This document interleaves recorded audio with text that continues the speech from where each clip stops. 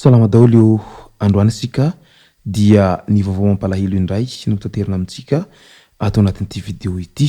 Fantatra amin'izao ankehitriny izao fa nody mandry i Mia izay tovovavy mpilalao échec malagasy ary isany manana traikefa amin'izany filalaovana échec izany moa i Mia Ravelson izay nendosiny fahafatesana mbola tena tanora eritrirony tamin'ity herinandro ity. Etsy andanin'izay ihany koa dia nitondra ny fankasitrahana ny fianakavian'ny pastera Daniel Rajakoba izay nendosiny fahafatesana voatsila ihany koa.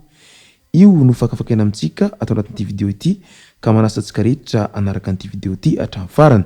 Aza dino ny milaiky ny videontsika ary tsarovatra hatrany ny miabony amin'ny chaîne-ntsika mba ahafahanareo manaraka tsy tapaka ny video izay alefa any amin'ny sisisy tonga toy izao ny fanaovana azy.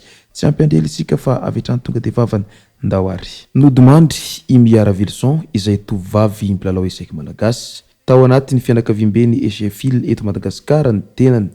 Efa nandray anjara tamin'ny fiadinana ny ho tompon-dakany Afrika ho an'ny tanora ihany koa i Mia ary anisany ekipan'ny Madagasikara nandritra ny lalao olimpika 2024 teo amin'ny taranja échec tany Tromsø. Fantatra fa tamin'ny omaly maraina nisy tovovavy iray izay maratra mafy efa tsy niaina intsony no hitan'olona nidaboka tamin'ny sisin-dalana tsy lavitry loatra ny ministeran'ny serasera sy ny kolotsaina enina ny sana.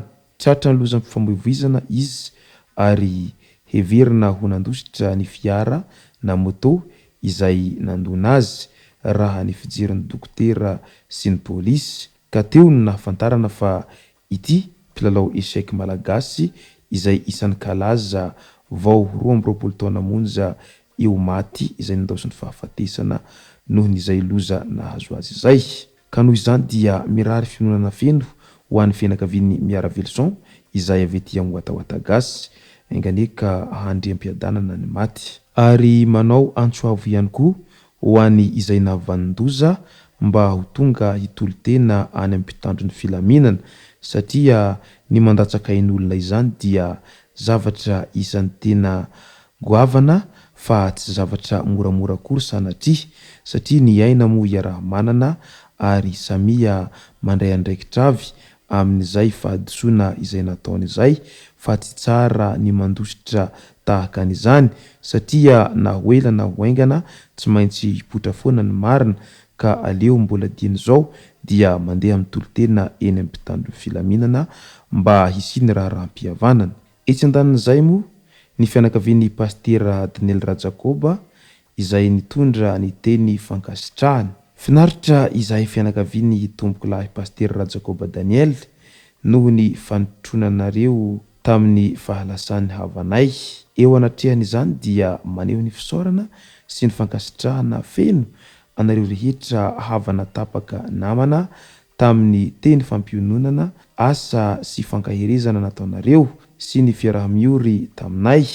Andriamanitra tompo aina sy fahavelomana ane ny hampahery sy hampiombona atsika mandrakariva ary hamaly ny fitia izay nataonareo ka fiadanan'ny tompo ho anareo mianakavy.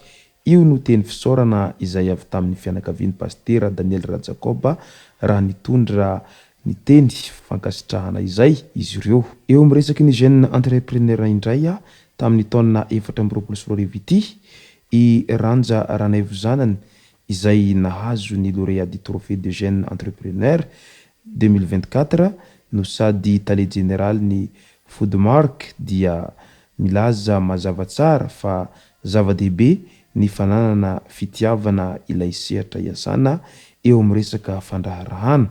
Ny taona 2024 no nitantanany ny Foodmark orinasa misehatra eo amin'ny resaka fampisakafoanana sy mpahandro izay notarihiny ny taona 2024 nolazainy fa antoky ny fahombiazan'izy ireo ny fahaizana manararaotra izay zava-mitranga toy ny famatsiana ara-tsakafo nandritra ny fotoanan'ny Covid ireny. Tanjon'izy ireo amin'izao dia ny famokarana sy fizarana sakafo misa 8,000 amin'ny orinasa isan'andro amin'ny taona ho avy eo. Eo amin'ny sidina anatiny misa 9 ireo kompania nahazo lalana avy amin'ny ACM. Kompania ampitaterana anabakabaka misa 9 no nahazo fahazahon-dalana avy amin'ny Aviation Civile de Madagascar hanao ny vols commerciaux eto Madagasikara. Haharaka ny filan'ireo mpizahatany sy ny mpanjifa ve ny fiaramanidina ho ampiasaina hoy ny fanehoan-kevitry ny mpandraharaha eo amin'ny sehatry ny fizahantany. Ity fanapahan-kevitra ity izay toa midika fa tsy mbola hoatoato ny fanamboarana ireo lalam-pirenena izay efa potika ankehitriny. Eo amin'ny resaka fanondranana volamena indray dia fanondranana volamena antsokosoko avo roa heny ny vidin'ny telefirika no niditra any am-paosin'olombitsy hoy ny fanehoan-kevitry ny olona izay mpamakafaka ny toedra rahampirenena amin'izao fotoana izao. Nahavitana telefirika ankoatra ny ao Antananarivo ary volany malagasy madiodio fa tsy voatery ny trosa. Izay no tombom-bidy ny vola azon'ireo olombitsy izay mpanondrana volamena antsokosoko teo anelanelany taona 2024 ka hatramin'ny taona 2024. I Madagasikara izay nanondrana volamena an-taona maro na efa nahato ny fanjakana aza ny fanondranana ny taona 2024 araky ny tarehimarika hita tao amin'ny tranokala ofisialy ny firenena mikambana navoaka ny département des affaires économiques et sociales. Nitsidika ara-pomba fanajana ny filoha vaovaon'ny antenimiram-pirenena Andriamatoa Tokely Justin teny amin'ny lapan'ny Tsimbazaza tamin'ny larobia 17 Jolay 2024 tamin'ny 10 maraina.